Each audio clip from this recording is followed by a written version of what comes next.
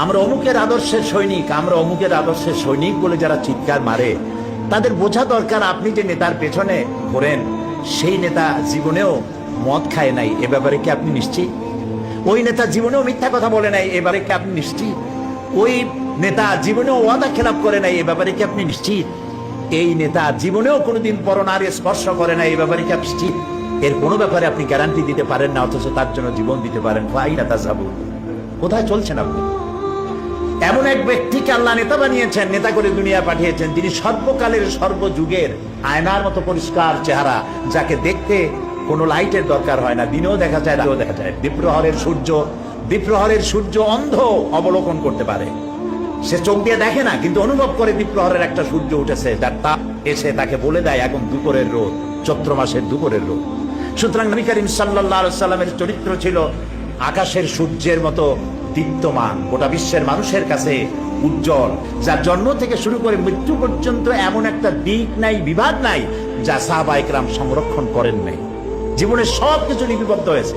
আপনি কোন নেতা পাবেন এমন বলেন, একজন নেতার নাম বলেন যার লেখাপড়ার জন্ম, লেখাপড়া, মৃত্যু আর জীবনের রাজনৈতিক কয়েকটা বক্তৃতা, এছাড়া আপনি কি জানেন? আর বইতেই বা কি লেখা আছে? নবী করিম সাল্লাল্লাহু আলাইহি ওয়াসাল্লামের জীবনকে যারা সংরক্ষণ করেছেন, তার জীবনী যারা লিখেছেন, আসমাউর রিজাল, যারা তার জীবনী সংরক্ষণ করেছেন, কথা, কাজ এবং মৌন সম্মতি যারা সংরক্ষণ করেছেন, তাদের সংখ্যা হচ্ছে 1,00,000-এর উপরে। পৃথিবীর কোন মানুষের জীবনকে এইভাবে হাই পাওয়ারের মাইক্রোস্কোপ যন্ত্র দিয়ে কোন মানুষকে এভাবে দেখা হয় নাই, যা দেখা হয়েছে রাসূলকে। শামাইলে তিরমিজি পড়েন, এটা বাংলা হয়ে গেছে, নামটা কি?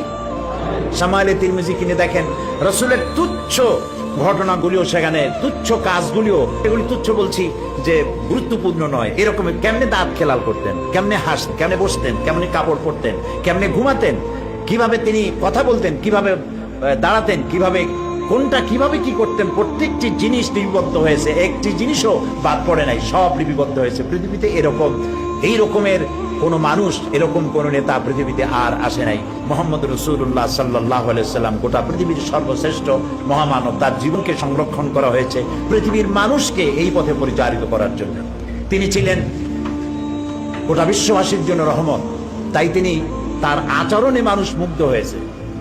তার কপালে লেখা ছিল না যে তিনি নবী, তার পিঠে লেখা ছিল না তিনি নবী, অথচ তিনি যখন তার স্ত্রীকে দাওয়াত দিয়েছিলেন, হযরতে খাদিজাতুল কুবরা রাদিয়াল্লাহু তাআলা আনহাকে যখন ইসলামের দাওয়াত দিলেন যে আমি আল্লাহর নবী, আমার উপরে ঈমান আনো, আমাকে বিশ্বাস করো, আল্লাহ এক, আল্লাহর উপরে ঈমান আনো, এই কথা যখন তিনি দাওয়াত দিয়েছিলেন, হযরত খাদিজা কি দেরি করেছিলেন?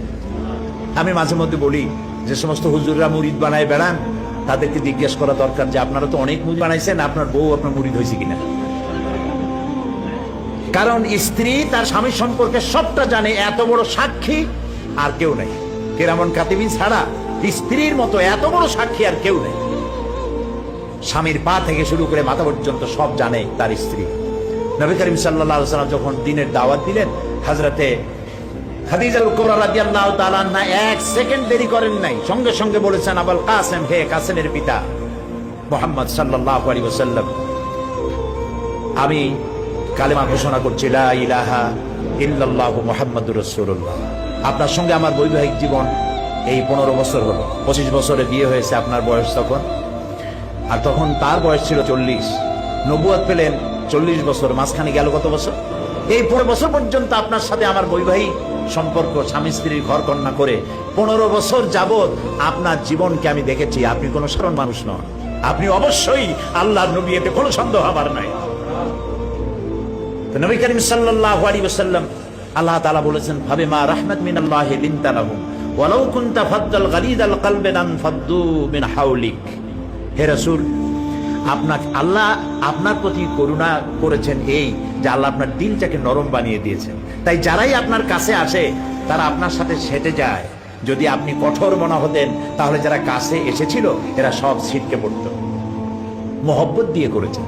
ছোট্ট ছোট্ট বাচ্চা ছেলেপিলেগুলি খেলা ছেড়ে দিয়ে, রসুল যাচ্ছেন, খেলা ছেড়ে দিয়ে দৌড়ে রসুলের কাছে চলে যেত। রসুল্লাহ জিজ্ঞেস করতেন তাদেরকে, কেমন আছো, কি অবস্থায় আছো, খেলাধুলা কেমন চলছে, জিজ্ঞেস করতেন।